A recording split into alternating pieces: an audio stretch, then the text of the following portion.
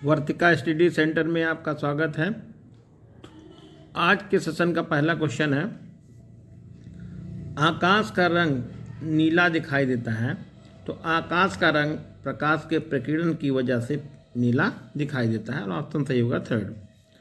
वायु में प्रकाश की चाल 3 × 10⁸ मीटर पर सेकेंड है। 3/2 अपवर्तनांक वाले कांच में प्रकाश की चाल बताइए। n = c/v, तो v = c/n।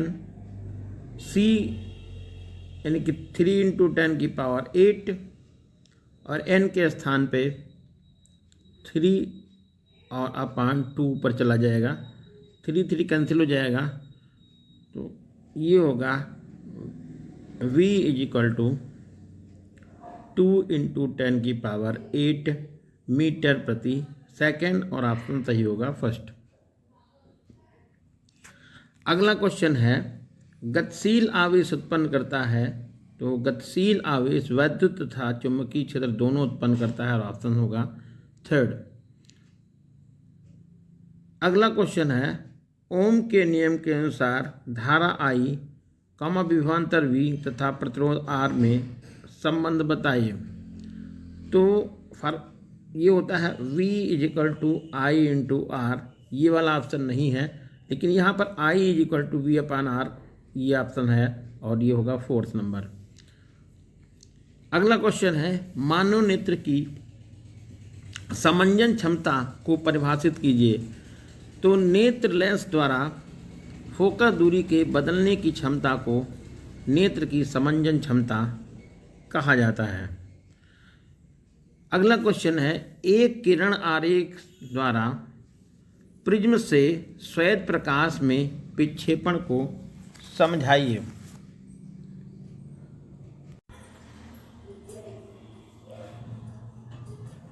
जैसे ये कोई प्रिज्म है, जब ये श्वेत प्रकाश इस पर पड़ेगा, ये नाम लिख लीजिएगा A, B और C, तो ऐसे ये किरण जाएगी और जब इस AC पृष्ठ से निकलेगी तो यह 7 रंगों में ऐसे डिवाइड हो जाएगी। ये 7 रंगों में डिवाइड होगी, इस तरह से ये 7 रंग बीच में आ जाएंगे और नीचे यहाँ पर सबसे पहले नीचे ये बैंगनी रंग होगा और ऊपर यहाँ पर लाल रंग होगा और बीच में और कलर होंगे।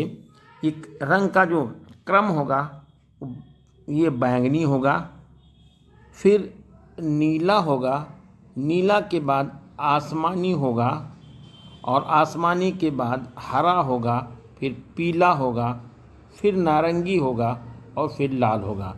तो इस तरह से वर्णक्रम ये बन जाएगा। प्रिज्म से ये प्रकाश की किरण एंट्री करेगी, इधर जब दूसरे पृष्ठ से निकलेगी तो ये 7 रंगों से में डिवाइड हो जाएगी। आधार की तरफ बैंगनी रंग होगा और सबसे ऊपर लाल रंग होगा। अगला क्वेश्चन है, एमीटर का क्या अर्थ है, इसे परिपथ में किस प्रकार जोड़ते हैं। एमीटर किसी परिपथ में धारा की माप करता है और इसे परिपथ के साथ श्रेणी क्रम में लगाया जाता है।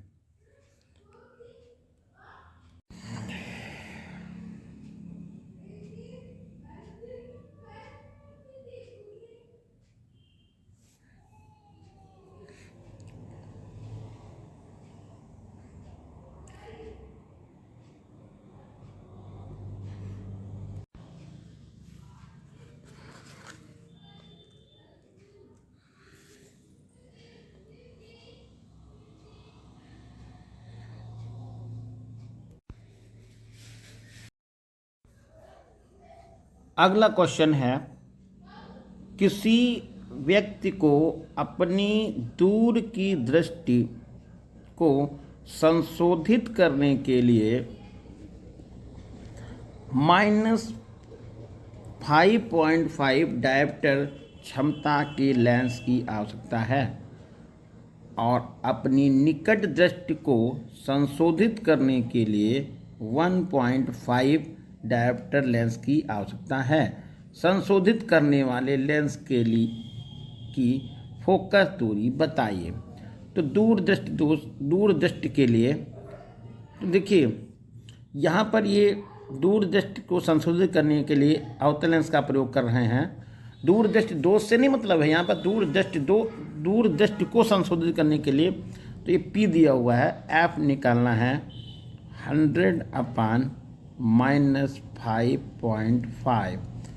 पॉइंट हटा दिया, यहाँ पर 0 हो गया है, 5 से डिवाइड कर दिया, ये 11 हो गया, ये 200 हो गया है।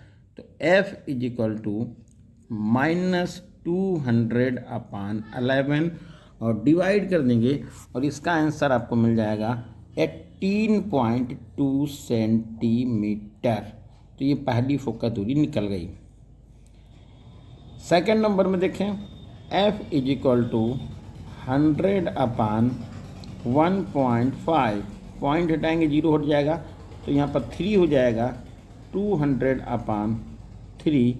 इसको डिवाइड करेंगे तो 66.7 सेंटीमीटर। अगला क्वेश्चन है, एक उत्तल लेंस द्वारा किसी वस्तु का प्रतिबिंब बनने के लिए किरण आरेख द्वारा दर्शाइए जब वस्तु अनंत पर है और जब वस्तु फोकस और लेंस के प्रकाशिक केंद्र के बीच में है। तो यहाँ पर ये उत्तल लेंस बना लीजिए, ये हो गई मुख्य अक्ष। इस पे वस्तु कहाँ है? अनंत पर, तो ये C हो गया, इधर ये F हो गया। ऐसे कोई किरण पास कर दीजिए और दूसरी किरण एक प्रकाशिक केंद्र से ऐसे गुजार दीजिए। ये प्रकाशिक केंद्र है, जरा देखिए, फिर से ध्यान दीजिएगा। ये लेंस बना लिया है, ऐसे हो गया, ये C हो गया। एक किरण ये प्रकाशिक केंद्र से ऐसे गुजार दी और एक किरण हमने ऐसे ही गुजार दी। ये दोनों जाके यहाँ कहीं दूर मिल रही हैं और ये बिंदु उसका फोकस पॉइंट कहलाएगा। तो यदि कोई वस्तु अनंत पर स्थित होती है तो इसका प्रतिबिंब फोकस पर वास्तविक और उल्टा बनता है। अगला इसी में सेकंड पॉइंट है कि ये उत्तल लेंस है, इसमें कोई ये प्रकाशिक केंद्र है, ये फोकस है, यहाँ पर कोई वस्तु है, तो ये ऐसे किरण गई, यहाँ से फोकस से होके चली जाएगी। दूसरी किरण एक प्रकाशिक केंद्र से ऐसे गुजार दीजिएगा और इधर की ये दूरी देखिए, ऐसे इनको पीछे बढ़ाएंगे तो ये कहीं पर यहाँ पर मिल जाएंगी और यहाँ पीछे आभासी और सीधा प्रतिबिंब बनेगा। तो यदि वस्तु उत्तल लेंस और फोकस के बीच में रखी होती है तो उसका आभासी सीधा और बड़ा प्रतिबिंब प्राप्त होता है। अगला क्वेश्चन है, चुंबकीय क्षेत्र में स्थित धारावाही चालक पर लगने वाले बल का सूत्र लिखिए। तो F = I/BL sin थीटा। इस बल की दिशा ज्ञात करने का नियम बताइए। तो इस बल की दिशा ज्ञात करने का नियम है फ्लेमिंग के बाएं हाथ का नियम। फ्लेमिंग के बाएं हाथ का नियम क्या है? यदि अपने बाएं हाथ को हम इस प्रकार फैलाएं कि मध्यमा, तर्जनी उंगली और अंगूठा ये तीनों एक दूसरे के लंबवत हों, तो यदि कोई धारावाही चालक इस प्रकार चुंबकीय क्षेत्र में रखा है कि उसमें बहने वाली धारा मध्यमा उंगली की तरफ है और उस स्थान पर चुंबकीय क्षेत्र तर्जनी उंगली की तरफ है, तो उस चालक तार पर लगने वाला बल अंगूठे की दिशा में होगा। अगला क्वेश्चन दिया हुआ है, 100 वाट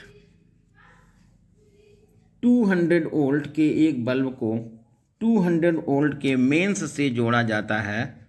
बल्ब में बहने वाली धारा तथा बल्ब का प्रतिरोध बताइए। तो P का मान 100 दिया हुआ है और वोल्टेज उस पर लिखा हुआ है कितना, 200 वोल्ट लिखा है। तो पहले प्रतिरोध निकालना है। फार्मूला बनता है P = V² R या R² = v²/p। v की जगह पे 200 × 200 अपान p का मान 100 लिख देंगे। तो 100 के ये दोनों जीरो कट गए, तो ये आपका रेजिस्टेंस हो जाएगा 400 ओम। अगला पार्ट इसी में है, बहने वाली धारा बताइए। देखिए यहाँ पर ये बल्ब का वाट है 100 और वोल्टेज लगाया गया कितना है 200 है। तो फार्मूला बनता है P = V × I। P का मान 100 लिख लीजिएगा, V का मान आपको 200 है और I के स्थान पे I कैंसिल कर देंगे, 2 हो जाएगा। तो I = 1/2 होगा, यानी 0.5 एम्पियर। अगला प्रश्न है, प्रत्यावर्ती धारा जनित्र का सिद्धांत बताइए।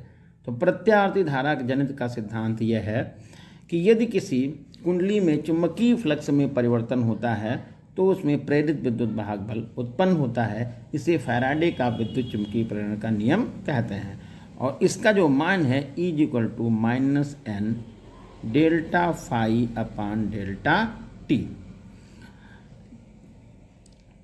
अगला क्वेश्चन दिया हुआ है, संलग्न परिपथ में A और B के बीच तुल्य प्रतिरोध बताओ। तो A और B के बीच में देखिए ये 3 प्रतिरोध जो हैं वो आपस में श्रेणी क्रम में जुड़े हुए हैं। तो इनका टोटल मान 1 + 1 + 1 ये हो जाएगा 3 ओम।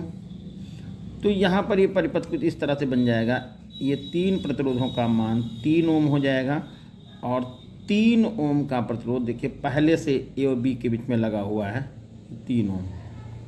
यहाँ ऐसे A लिखा गया, यहाँ पर ऐसे B लिखा गया है।